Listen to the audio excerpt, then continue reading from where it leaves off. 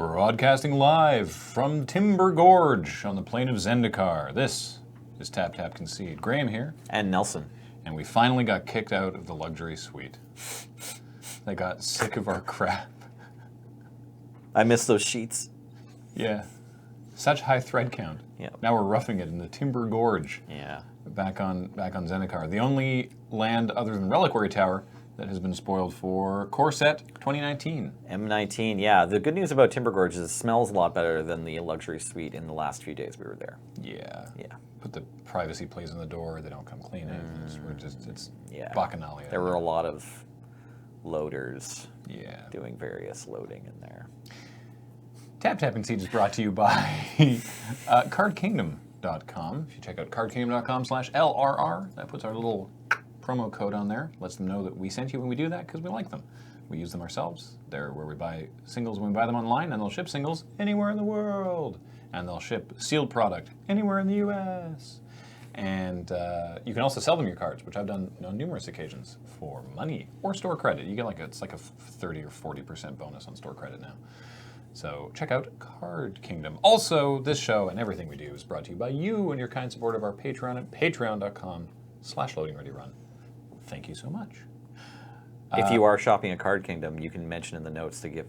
Oh yes, get, right. Get the them to give you a button. Yes, you say can button, say, please. Loading Ready Run sent me button, please, and they'll give you a little 1-inch button. Currently, I think they're out, but there's new buttons routing their way. So if the button supply people are anything like Card Kingdom, the buttons are probably there now. They should be. The buttons should be there in time for any of your Core 2019 needs. And that's the name of the set. It's Core Set 2019, not because previously the previous Core Set Magic Core Set 2011 or was whatever. Magic 2016 or Magic 2015. This is the actual name is Core Set 2019 Okay, but the symbol still has an M rather than like still a M19, CS. Yeah. The code is still M19. Okay, Right, because C is used for Commander. Yeah. and conspiracy. Right. Yeah. C and Counter spells. Conspiracy 1 was CNS and Conspiracy 2 was Condescension. CN2. Yeah. We have to deal with the codes a lot for like hashtags and things. So yeah. Anyway, the point is Sticking we're with going to M19. Yeah. we're going to be talking a lot about some of the first batch of spoiler cards that have come out for Core Set 2019. But first, let's crack a pack. What you got? I've got a big foam die. Yeah. I rolled a 12. 12. What is all that? I don't know. 4, 5, 6, 7, 8, 9, 10. ASMR. 12. It's Mike Sear. Mike Scott. Mike Scott. From last year's GP Vegas. There it is. Gave us this pack of Oath of the Gatewatch. If you're wondering why it's just Nelson and myself, it's because the rest of the squad, which is to say James and Adam and Ben and Cameron and Serge, are all down at GP Vegas themselves at this very moment in time. I'm doing decently, as I understand it. Oh, nice. So I don't even know which event has started yet. I think at least one of them is playing in the modern event. Nice. Serge is spell-slinging Highlander, as we film this, so that's cool. Sweet. Hopefully some of you found him. Ooh, we got a mountain. Got a mountain. And we have a Core Scythe Master? Scythe Master. Didn't. farther. Maybe Farther that way? Yes, more. more far? Yes, that'll work. Okay. Great. Sorry. I just put my phone There's a bit of tape there. there. We're just trying to find where the card reader is on the table. Anyway, Core Scythe Master. 2 in white for a 3/1 Core Soldier Ally. And Scythe Master has first strike as long as it's attacking. It was totally fine. You're not going to first pick this, but yeah, you would play it if you were aggro weight. Negate. Make a thing not happen. 1 in a blue. Instant. Counter target non-creature spell. Always happy to see that. Spark Mage's Gambit was interesting. It's 1 in a red for a sorcery. It deals 1 damage to each of up to 2 target creatures, and those creatures can't block this turn. This card was tough to choose to put into your main deck, but it led to some blowouts for sure. Yeah, I mean, the dual shot aspect of it, just killing 2 things with 1 toughness, was relevant. Yep. But a falter effect is nothing to sniff at either. For sure. Yeah, it's It's also a better rate than Rapid Flames, which does the same thing to 3 creatures. 3 but it's creatures. 4 mana. Yeah, exactly. And you can't go to face with Rapid Flames either, right? No. Same thing. Yeah. But that was a different limited environment. Yeah. Speaking, pardon me, speaking of core allies, 1 and a white for a 1/3, it's McKinley Aeronaut. McKinley Aeronaut was actually like pretty good just because it filled out the 2-drop slot. I believe really well I in this have deck. first picked this card. Like you would, you play McKinley Aeronaut in a bunch of different decks, and it's a 2-drop. Yeah. What about this other 1/3 for 2, Loam Larva, 1 and a green for a 1/3. When Loam Larva enters the battlefield, you may search your library for a basic land, reveal it, then shuffle your library, and put that card on top.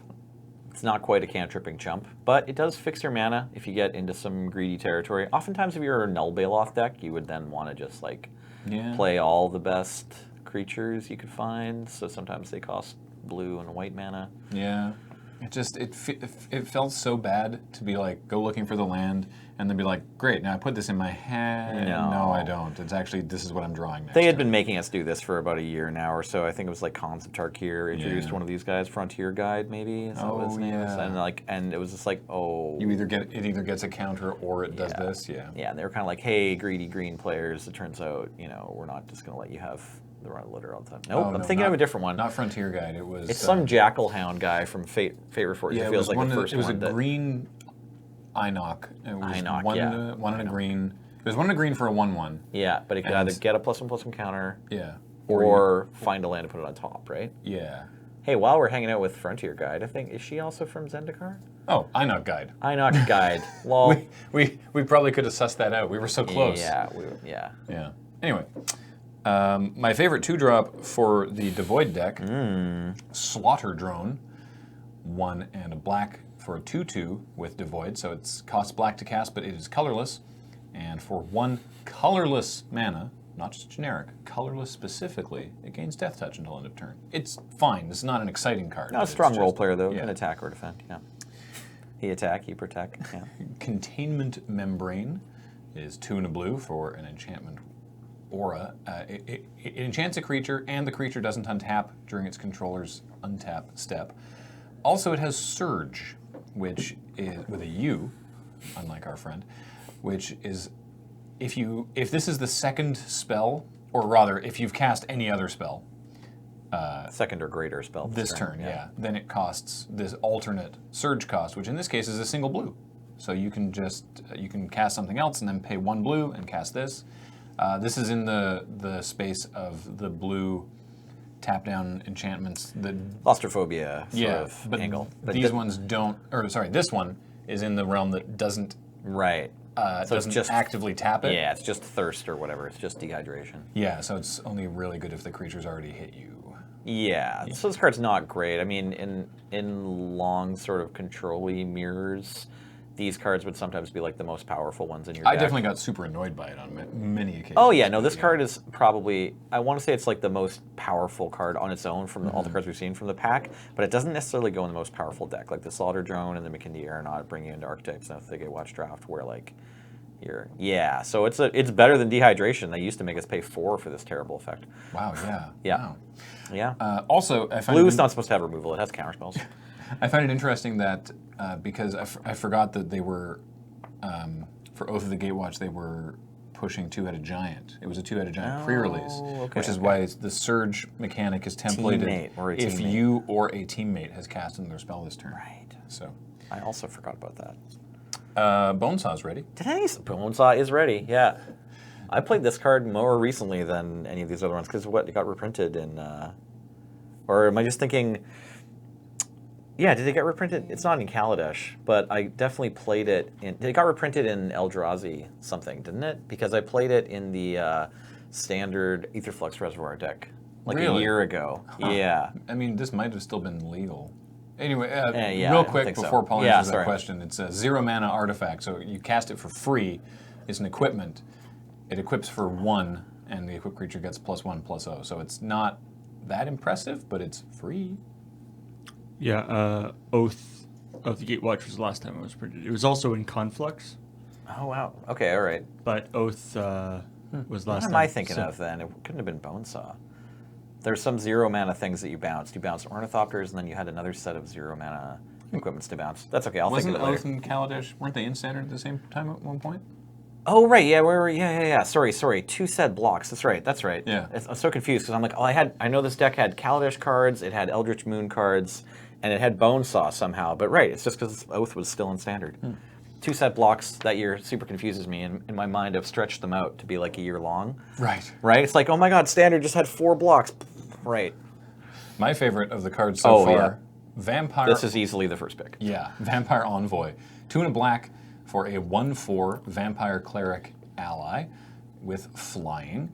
And whenever Vampire Envoy becomes tapped, you gain 1 life. So you attack with this 1/4 flyer. It's hard to block, so it's got 4 toughness. You gain a life. Or if you tap it as part of another ally's cohort ability, then you also gain a life. This one and Battle Priest? No. Ondu Cleric. Ondu Cleric. Yeah. So Ondu Cleric, I think, got the most kind of star power for being like the cornerstone of this format. But I think Vampire Envoy is actually like the bigger, not Ondu Cleric, Ondu War Priest, is it? Yeah. Same casting cost, same world. Ondu War Priest. Ondu War Priest or Battle Priest or something. Ondu War Cleric. God. This is challenging. All right, so yeah, Ondu War Cleric is 1 and a white for a 2/2 human cleric ally with cohort, and the cohort ability is you tap the Ondu War Cleric and an untapped ally you control, and you gain 2 life. So if you tap Ondu War Cleric and the Vampire Envoy, you gain 3 life. At the end of your opponent's turn after holding down all their attacks. Yeah. And that was... The Ondu Cleric is a core. War Cleric is a human. Go figure. Ondu is a place, I think, right? Yeah. Not a people. Unlike Asgard. The Azra? Is that them? Oh, sorry, no, I just meant Asgard from like Marvel Universe. Oh. I just Asgardians? Thor Ragnarok is on Netflix, so I managed to catch it after bedtime recently. It's pretty sweet. There were some funny moments. A perfectly reasonable ally that I did frequently play, though it's not nearly as exciting as Vampire Envoy, is the Tajuru Pathwarden. Their next card. 4 and a green for a 5/4 elf warrior ally with vigilance and trample. This card actually gets through the 1/4 wall, so it was does. important too. Like this card's quite good. It's not as good a first pick as Vampire Envoy, but No, but 5/4 vigilance trample was like you're happy to play this card. Yeah, it was one of It's those like a top things 3 where pick, probably. like your opponent plays it and you're like, well, I have to trade off for that. Like, Yeah. I don't have any way around it. Vigilance and Trample together are a scary thing. 4 toughness does make it a great target for Gideon's Reproach. Sure, which was in the set. The previous set, I think, so it was draftable, Oh, oof, okay. Embodiment of Insight. Yeah. I went ham with this at the This pre-release. card's fun, yep.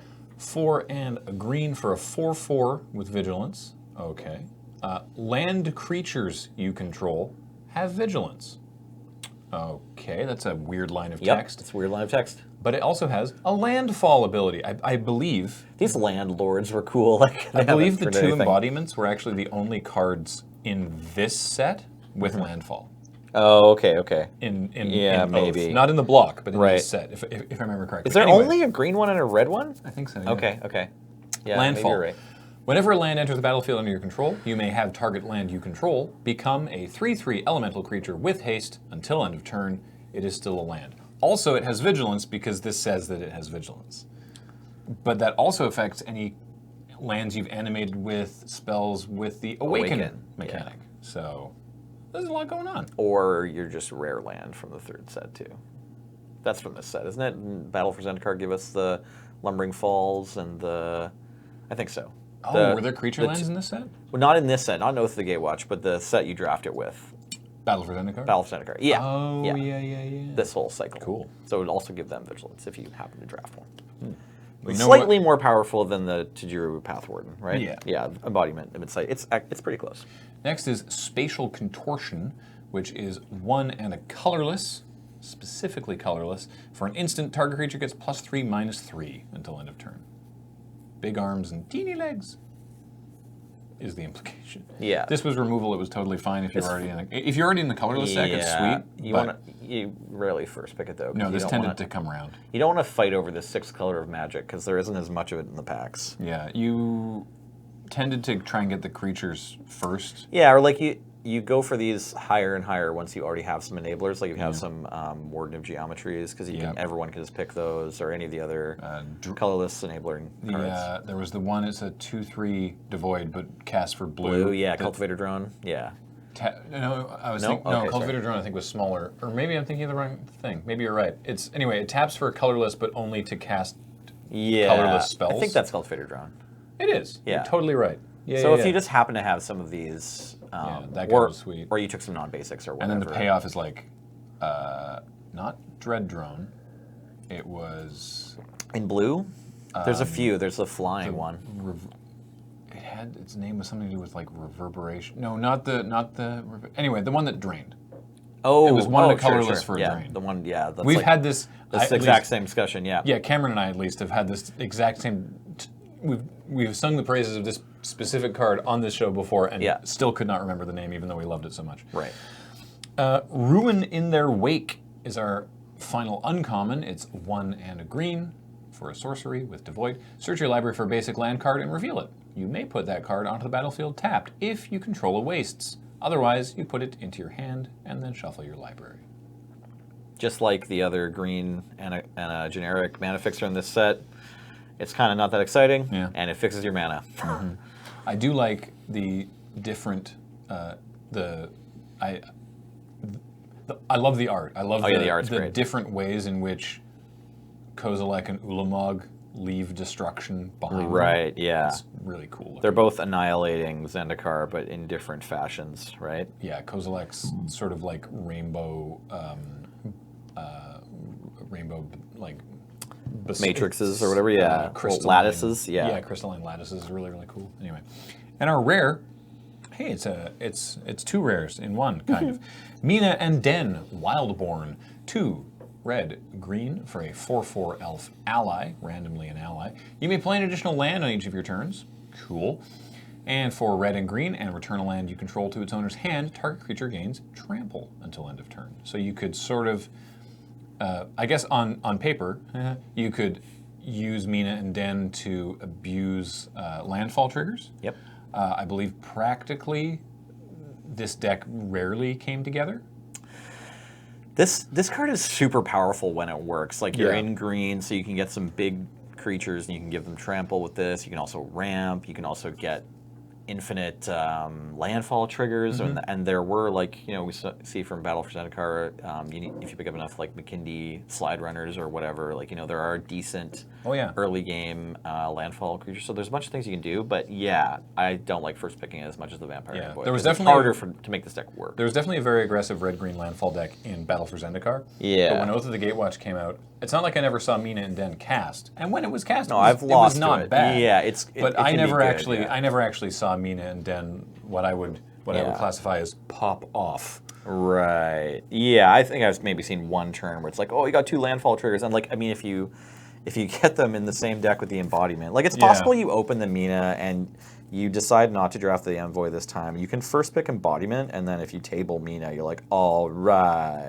I do think you're more likely to wheel Mina and Den than you are to wheel the embodiment. Yes, I agree. Yeah. This is a decent pack, but you're probably getting cut off Mina and Den if there's 7 other drafters. Maybe in a pot of 6 you can make it work. I don't know. Yeah. Anyway, That's a pack of Oath. so now, when Battle for Zendikar, when that block was out, there were still core sets, and then they took core sets away. But now right. core sets are back because they decided that they actually liked what it was that they did. So now they're doing core sets in addition. Kind of hilariously, Wizards, they would have finished designing and developing, like, you know, there's a 2-year window or whatever, and then so like they would have finished designing and developing Magic Origins. Yeah. I want to guess in 2015, Probably. something like that. Like that's when, or no, that's when it came out, right? It came out in 2015, so maybe early 2014 or something. So then it releases, and then a year later, they would have had to start designing this set if they want to give it 2 years or something. So it's like there wasn't very long. It seems like 3 years for us. Yeah. But it's like inside R&D, there wasn't a really long space of time where there wasn't either like a core set about to come out or a core set about to be made, and they still had to just make this announcement like core sets are over. It's right? like they probably made the decision to bring core sets back fairly quickly, comparatively. Right. But it's just the trundling beast of developing Magic doesn't move very fast. For sure, yeah. So, The turnaround on actually getting a set out. but yeah, we're here with core set 2019, and I mean, there's some pretty cool cards. There's in some it cool cards, already. yeah. It's definitely it's definitely a core set. Right. And we haven't had a But- tap where we're talking about these spoilers yet, right? So No, we haven't. So there's been some number of spoilers already. Like we said, it's GP Vegas this weekend, and so they're announcing some stuff. They actually showed off their convention promo, which is a reprint of Death Baron. that's a really exciting one, actually. It's really cool looking. It's 1 black for a 2/2 zombie wizard. Skeletons, randomly, and other zombies you control get +1/+1, and Death Touch. Because why not? But look at this sweet looking Death Baron if you're watching the video Yeah. version. It's really cool looking. This is The a full art reprint promo. that's been long sought after. So it's not on the official card image gallery, but there was spoiled. I want to say I saw it through Goldfish, but there's a new Goblin Mog War Marshal, essentially. I can't remember what it's called. Yeah, that one. Oh yeah, Goblin Instigator. Yeah, so Goblin Instigator, this is one of the first spoilers I saw from this set, and this card looks pretty exciting. There's also Goblin Motivator. Goblin Motivator is a improved functional reprint from an Amonkhet card. So 1 red, 1/1 Goblin Warrior as opposed to like Human Cleric or something that they had in Amonkhet. But it's just the ability to give haste. Oh, tap target creature gains Yeah. haste until end of turn. Yes, because they had, I can't remember his name, but it was a random sure. human, and it was a 1/1 for a single red that had the same Yeah, ability. and I think this is actually like a surprisingly powerful card. Like it seems sort of innocuous, but only I think for the first time in Amonkhet have we seen it on a 1-drop. Like that's really important design-wise. If you're going to Yeah. give a creature the ability to attack with something haste, like Battle Rampart has been in a few sets, and it's never that big a deal. It's like 3 mana, Defender, yeah. right? It's still like relevant, but you don't really think of that ever as a constructed card. Whereas like having the motivator be a goblin and a warrior, which is also not Yeah. not an irrelevant subtype. Yeah, for sure. Like specifically for standard, there's going to be people, especially by the end of this spoiler season, I'm sure, looking to flesh out their goblin decks because there's so many powerful goblins and there's some synergy, and you've got the War Chief and Siege Gang Commander together in standard. Yeah. Like, And since you mentioned it, I'll just talk about Sure. Goblin Instigator real quick. It's 1 and a red for a 1/1, and you get another 1/1. It comes with a 1/1 Goblin token. right. So this card is like yeah. a great combo with War Chief and Prospector. Yes. Right, because they reprinted Skirk Prospector in Dominaria, weirdly, Yeah, along with Goblin War Chief. along with Goblin War Chief. Skirk Prospector is it's a 1/1 Goblin for 1, and you can sacrifice a Goblin and get 1 red mana.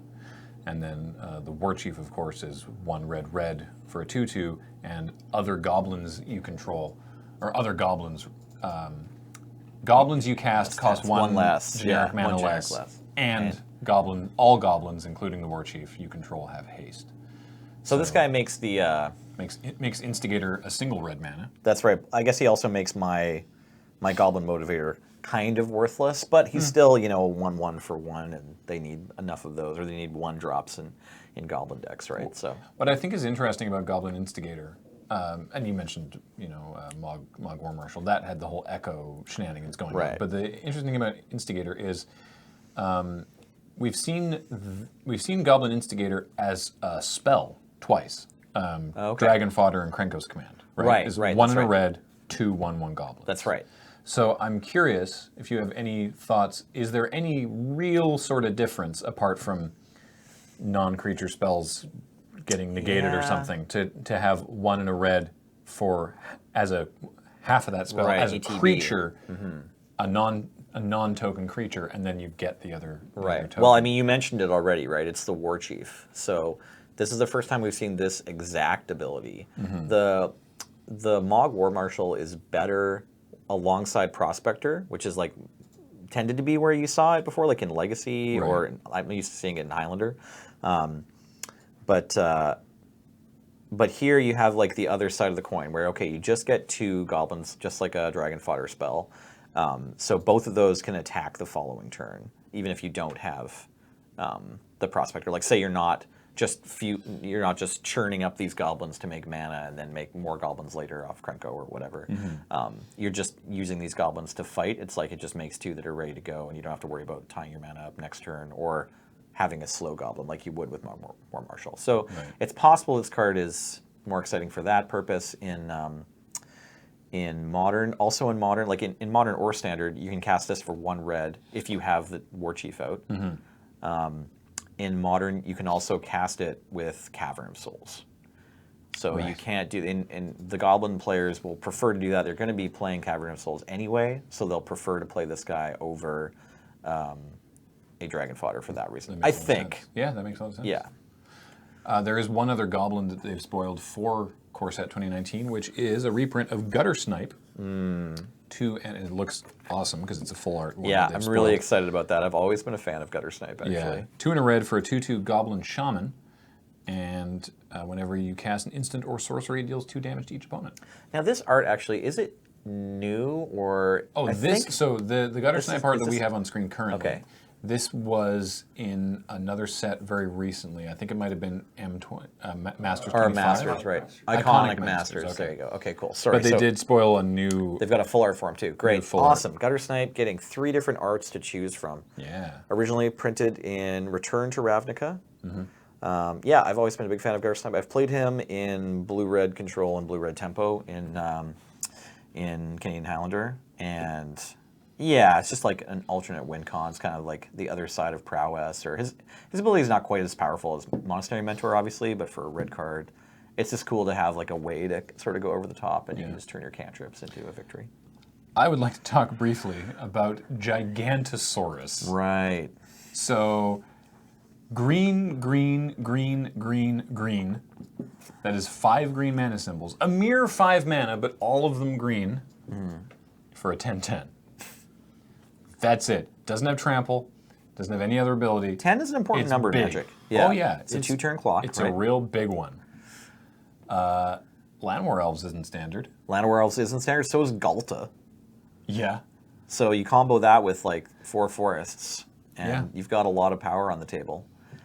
I like Gigantosaurus. Yeah, no, it's obviously fun. Oh, yeah. Did LRR get to spoil this card? No. Oh, that's too bad. That's a waste. Yeah, this card, I mean, it can do some things. It's probably a worse card overall than like Ghoul Tree, but which is the same stats, no ability except the cost reduction one. It's 1 green and I think 9 generic, but it gets cheaper for every creature card in your bin, and then it's a 10/10. But you could Ether Vial Gigantosaurus on 5. Yeah, that's true. 7. It's only 7. Sorry, it's not 9. There you go. And Gigantosaurus is also probably a fair bit worse than, is it Primal Crux? Whatever the like many green symbols from Shadowmoor creature is. That's just like as I do big not as. remember this. Oh yeah, this card's gonna blow your mind if you like Gigantosaurus. I do. Is Primal Crux right? 1 word? That's not. Yes, I did it. It's 6 Wow. green. It's 6 green. Green, green, green, green, green, green. For a star trample with chroma, power toughness equal to the number of green mana symbols in the mana costs of permanents you control. Now- Wait a minute. Now, obviously, Gigantosaurus loves Primal Crux too. Combo. Yeah, for sure. So at worst, Primal Crux is a 6/6. Yes, 6/6 trample for But then 6 is the presumably, minimum. if you're casting it, it just gets Llanowar better. Elves are. Wow. And it was printed in the same set as, or not the same set as Kitchen Finks, from Eventide, not Shadowmoor, sorry. But it's the set after Kitchen Finks and Wiltleaf Liege and all the like hybrid symbol cards. So anytime it actually hit the battlefield in like a constructed game, it was usually like a 12/12 or something. Sweet. Yeah. Now, like Gigantosaurus, I don't know if it's actually going to be a crazy like limited bomb or anything. The thing is, like Galta, what makes Galta very, very scary is the trample. It's that second line rather than the first one. Yeah. Like that it's a 12/12 is fine. There was so many tokens in Rivals block that you could just block all day if it didn't have trample. But Galta has trample and was terrifying.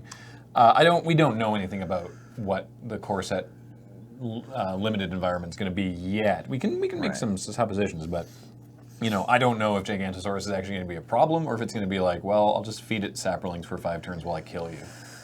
Like, it is a dinosaur, so getting into this like red-green monsters deck in Standard, it's not likely, but it's probably, you know what Gigantosaurus probably is, like if you're trying to budget out a Standard deck and you have a Gigantosaurus and you can't afford a Galta yet, like, that's, it's a good halfway step, right? At least this is a cheap-ish creature. It's going to be interesting to see what the sort of what the performance in draft is Right. comparing Gigantosaurus to Colossal Dreadmaw.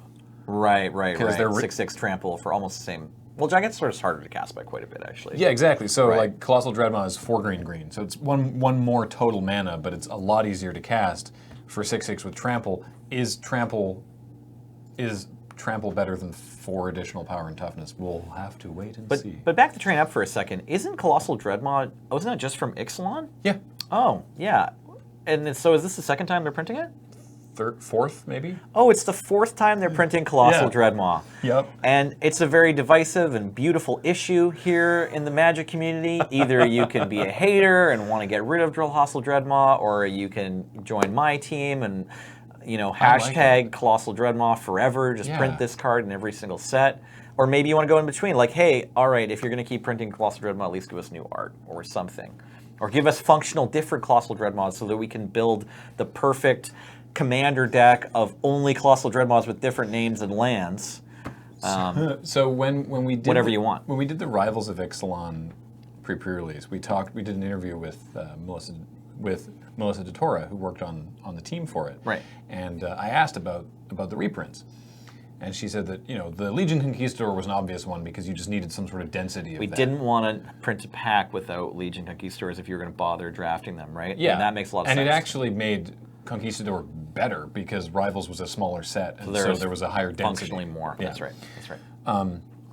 But there was a series of cards that were reprinted, and gave one us of them Sailors was of Means. Yeah, one of them was Sailor of Means, and one was Colossal Dreadmaw. Those were the two that she talked about specifically, and their reasoning for that, which a lot of people seem to have Glossed not over. been aware of, or Okay, sure. yeah, or glossed over, was that it is good for Limited to have cards that do specific things, Right. and The role players. yeah, exactly. And green needed some sort of big trampoly beast, and there's no reason to make it's like gigantic Angermouth. It's a 6/6 for 4 green with trample. Like Yeah. this card is exactly what a green common big trample fatty wants to be.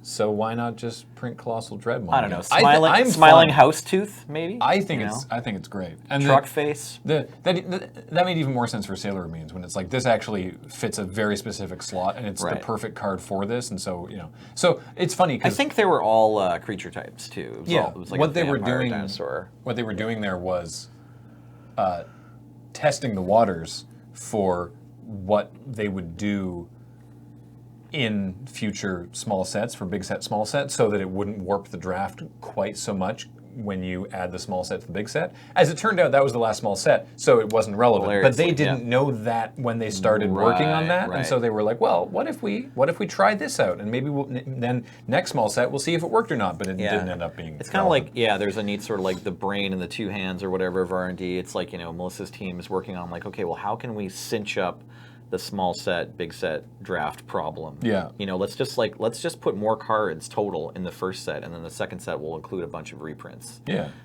Which Um, I actually think for Limited, that makes sense. Makes great sense. It makes sense. But and then, and for revealing like more of the important storyline characters, or for just like eking out the powerful cards slowly or whatever for constructed, it also kind of makes sense if you're just like, well, there's gonna be less filler, kind of, because there's actually just less spoiler because there's less new cards. Yeah. But then they just decided to stop doing Yeah, it. but then a different part of Wizards was like, let's just not do small sets at all. Yeah. You know what would be really scary coming at you across the field? Gigantosaurus on top of a Pegasus Courser. That's an excellent point, actually, Paul. I wanted to bring up if there is a good way to give things trample in Wow. Standard, then Gigantosaurus becomes a lot more real, I think. So, speaking of things immediately getting a reprint, Pegasus Courser was in Dominaria, Dominaria, and here right. it is again in Core Set 2019. Yeah, they obviously liked the way it played in Dominaria. Or it's possible the two teams from M19 and Dominaria were both just going to put like something like this, and then the Dominaria team was like, okay, we settled on this. I'd like to talk about 1-drops more. Yeah. So while we're on white flying creatures, Rustwing Falcon is an exciting new card. Yeah, wow. It's It's Sun Tailhawk with 2 toughness. It's a flying squire, Yeah, exactly. which is flyer. Portmanteau doesn't quite work. Anyway, but yeah, it's a 1/2 for 1. Death with Ray flying. Bird. I don't know. Does I mean, I guess they'll have to talk about this on North 100, but I wonder if this gets into Flying Man. For sure, it gets into any white version of Flying Man. Now, Flying Man typically is like a mono blue deck. Yeah. I think I've seen. I want to say Benjamin has built a blue-white version. I'm not 100% sure, but you can definitely play it in the aggressive, the white weenie build that's trying to be evasive, right? So But this is really interesting. it's cool, yeah. No, Like, I know that it doesn't 1/2 flyer for 1. That doesn't sound exciting, but like you said, they've never printed this before. for sure. Yeah, and yeah, it's a little bit of power creep that's probably not super relevant, but it does obviously win the Flying Man mirror, and I don't know, it's just a cool card. I'm glad they're taking these kinds of risks. It's probably not going to break anything, but Nickname proposal, the Higher Squire. Higher Squire. Ooh, that's very good. The Getting Higher Squire. I like it. Okay, so in blue, there's also some pushed stats. There's a 1/2 in blue. I don't know the name of it. It's a common, and it gets +1 power if you control an artifact, I believe. Thank you. Gearsmith Prodigy. Oh, wow. So this is like, a new sort of Phantasmal Bear kind of card. It's not an artifact itself, so it's not going to see play in Modern or anything. Maybe there will be like a blue X artifact beatdown deck, maybe with Antiquity or the Antiquities War in Standard. You might play this card as well because you're planning to just like do an Alpha Strike and you want to get some beats in. It's just a 2/2 for 1 if you have an artifact. Probably That's pretty great. Probably he's just going to be in draft, but I think he's cool. Yeah, 2/2, not 2/1, and yeah. So Get that bone saw. that card, both those cards are like a little bit exciting. Nexus of Fate. While we're on blue cards, this is I believe it's the Buy a Box promo. I'm always really into Time Walk effects, and this one's not bad. So unless I much misunderstand, It's a 5 blue for Yeah. an instant. Take an extra turn after this one. we don't usually see Time Walks at instant speed. yeah. So this is pretty exciting. You can get a Time Walk with instant speed if you miracle your Temporal Mastery, and you can time stop your opponent. But other than that, they're all sorceries. And then there's another ability, which is if Nexus of Fate would be put into a graveyard from anywhere, reveal it, shuffle it into its owner's library instead. So you get to recycle it. Yeah, so you is just interesting. get to keep putting it back in your library every time you cast it. Yeah, unless I'm misunderstanding how the rules interact with this ability. I don't think so. No, that seems correct. Yeah, so it's like if it would get milled, or you would discard it, or you just cast it. Yeah. So anytime, or even if it gets countered, you're still just putting it back into your library. Your opponent needs to like dissipate it, or like end the turn while it's on the stack or something in order to Is there stop some? you. There's probably some sort of. It's going, 7 mana. Yeah, there's probably some sort of going infinite degeneracy that you could do with this. I mean, all you have to do is mill yourself and then have 7 mana, and then you're going to take all the turns, and hopefully the stuff that you use to mill yourself can now mill your opponent. Can now somehow Right, 'cause- win the game. 'cause- I don't know if there's a format where that will work, Because but most take it's an very extra clear. turn cards get exiled. Well, the new ones, yeah, to prevent. It's funny because like they used to give us 5 mana, take extra turn cards, and they were like, okay, that's fixed. And it basically was like you saw some 5 mana take an extra turn cards popping up in Standard, like the M10 or M11 Time Warp was in Fairies a little bit. Yeah, M10 Time Warp got into Fairies a little bit, but it wasn't like unfair. It helped spawn the also pretty fair Open the Vaults deck. You played it in Open the Vaults in Standard, but that deck wasn't top tier. And then they started giving them to us at 6 mana, but there was a bonus, like there's 6 mana or Awaken 9, and you get a 6/6, but that one exiles itself. Yeah. There's another 6 mana one recently. I forget there's some other bonus, but I think it also exiles itself. Oh, Thinking of there from was a one more recent set. from Amonkhet. Right. I can't remember what it was. But yeah, there Me was, neither, but there I was think- some kind of. is there it was like- blue, and then some other stuff? Or yeah, sorry. There's no. The one I'm thinking of is from Fate Reforged. So it's just 3 blue and 8, which ends up being like actually too much Temporal Trespass. Oh, that's what I'm thinking. Yeah, that for sure. So Temporal Trespass and is like not really playable because it turns out the Delve is just too much, even for a deck dedicated to doing it. But yeah, Part the Water Veil that was the one we were talking about earlier. Like that one actually ended up being pretty good because the Awaken was so good. So nice to have a win condition strapped onto one of your time walks. Fits well with the way the deck plays. Anyways, but we're used to them exiling themselves. And so now they gave us like the opposite of that. Yeah. And for only one more mana that we're kind of used to paying now. So, yeah, I don't know. It's possible that one copy of that will go into the mono blue taking turns deck in Modern, which got a little better recently with Jace. Yeah. I don't know. It's an exciting card for sure. We have a new Planeswalker friend I'd like to talk about. Great. I assume that her name is pronounced Vivien. Yeah. Yeah. It's spelled with an E, but Yeah, it's a fairly normal name. It's Vivien Reid. Sure, why not? 3 green for a 5 loyalty Planeswalker. So 5 loyalty, 5 mana. Sounds good. not bad. She has a +1. Look at the top 4 cards of your library. You may reveal a creature or land from among them and put it into your hand. Put the rest on the bottom of your library in a random order. So it's +1. What is that?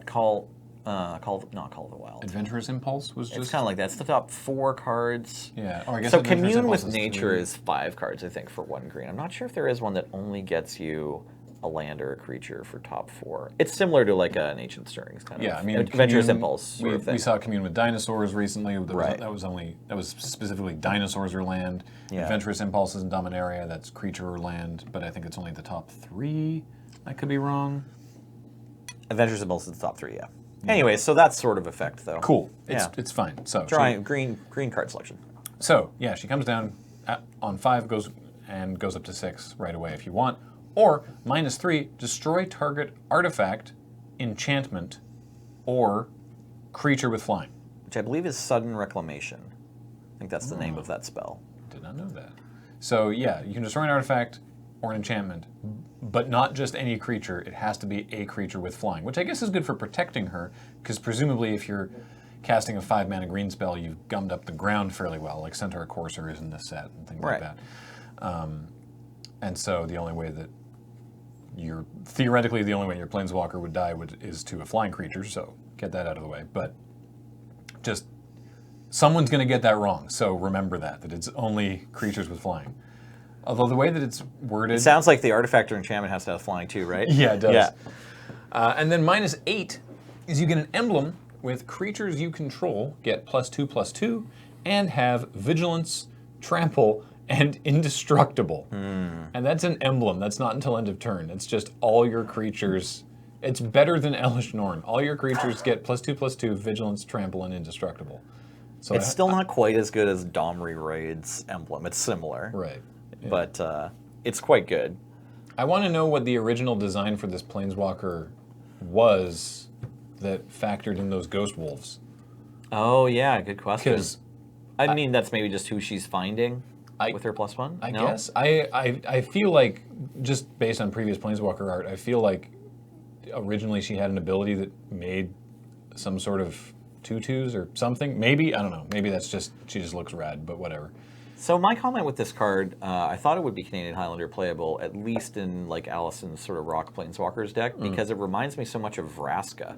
Because like the -3. Yeah, the same kind of casting cost, 5 loyalty, -3 to kill something. And it kills most things, doesn't kill anything. It, like specifically doesn't kill any creature or like a Planeswalker. And those are like very powerful uses of the Vraska -3, right? Like I think Vraska can hit Planeswalkers. Is that right? It's like any non-land permanent or something. I should maybe double check that. I think it's only... But it's similar. I think it's only enchantment or creature? Okay, no, I'm thinking of Black-Green Garruk, aren't I? Sorry. Oh, Garruk Primal Hunter. Yeah, sorry. Non-land. No, I'm right. It's non-land permanent. Wow. Yeah, Vraska's really good. No, the I'm 5 thinking mana. I'm thinking of 5 Relic mana Seeker. Vraska. Oh no, that's the wrong one. Yeah. No, there's so many Vraskas now. Whoa, there's so many Vraskas. Look at all these Vraskas, everybody. Original Vraska. Destroy target It is non-land non-land permanent. She can't just kill the So that's Planeswalkers. Vraska the Unseen, originally printed. Garruk in does it for like Return of Wrath plussing and or Blood. something. Like he adds loyalty to kill Planeswalkers, I think. Garruk's- Crazy guy, Garruk's crazy got, boy. Garruk's got problems. Maybe it's happened already, but I just was searching for see if there's like a pronunciation thing for this Planeswalker. Somebody should let the British actress Vivien Reid know that things are going to get complicated for her in the near future. She's a a young British actress that has 2 movies coming out this year. Really? Is it spelled exactly the same? Yeah. But Sorry, Vivien Reid, the real person. that's really Magic funny. has done weird things for you. Her Twitter is like at Vivien Reid. So Yeah. wow. That She's is going to get some really weird funny. tweets. But hey, if she likes signing things, Magic players the world over are going to mail her copies of this Planeswalker, hoping to get them mailed back. Maybe if being an actress doesn't work out perfectly, then maybe she can just make appearances at Grand Prix. No disrespect. Anyways, I think this card's fine. It's it's Planeswalker, so as usual, it'll usually win drafts if it's just hanging out. In Standard, it's pretty stiff competition right now, but like if you're in mono green Stompy or the red green monsters deck and you just want Planeswalkers, is this where you're going potentially? It's got a lot of utility. Like this is a strong card. like she's kind of like a bit of a Swiss Army knife Yeah. Planeswalker. Like she'll basically, there are some Planeswalkers that if you don't have the right setup in your deck or in your board or whatever, they're not doing a whole hell of a lot. Yeah. Whereas she's going to be good for you, pretty much all the time. Yeah. And with 5 loyalty, hopefully she'll stay around for a turn or 2. Yeah, you might want to play her in a deck that's trying to attack fairly early because she'll just draw you more gas and give you another route to victory. You might want to play her in a deck that's like trying to go kind of slow and controlling because she draws a card every turn and she deals with some problem cards that your opponent might have, like destroying a Ixalan's Binding or something. Yeah, I think her idea is that she's like summoning creatures from your deck. Oh, there's invocations. I didn't realize. Okay, so Vivien's Invocation is 5 green for a sorcery. Look at the top 7 cards of your library. You may put a creature card from among them onto the battlefield. Put the rest in the bottom of your library in any order. When a creature is put onto the battlefield this way, it deals damage equal to its power to target creature an opponent controls. So it just gets to punch them. Oh, that's her bow. She's firing her arrow and it's turning into that tiger. Neat. So it's her lawyer is she's like Sweet. summoning That's really creatures cool. with her magical bow. I Yeah. guess that's like not that weird sorry. for a Magic Planeswalker. Yeah, Well- this card's kind of neat. It's sort of like halfway between some other cards and it's not a very min-maxed card, but holy shit, this is going to win some limited games. But yeah, like this is kind of a summoning trap, but for 1 more mana, I guess. Yeah. So, but you still cheat something out. I think actually that might be all the time we have. Do you think of any other important spoilers you've seen? I don't know. Like they're there's bringing back Diregraph Ghoul. That's there's sweet. all sorts of cool stuff. They're bringing back Reliquary Tower. Yeah. So those are some I exciting. think we'll have to just talk more about it next week. We're halfway through. We'll have our own spoiler Ooh, on the 21st. So that's soon. keep an eye out. That is soon. So keep an eye out for that. But unfortunately, we have to wrap up for today. But until next time, a reminder to check out cardkingdom.com for all of your cards and kingdom needs. And of course, this show and everything we do is brought to you by you and your support of Patreon at patreon.com/LoadingReadyRun. Please check that out. So for myself and for Nelson, Thanks so much. we will talk to you next time. Bye-bye.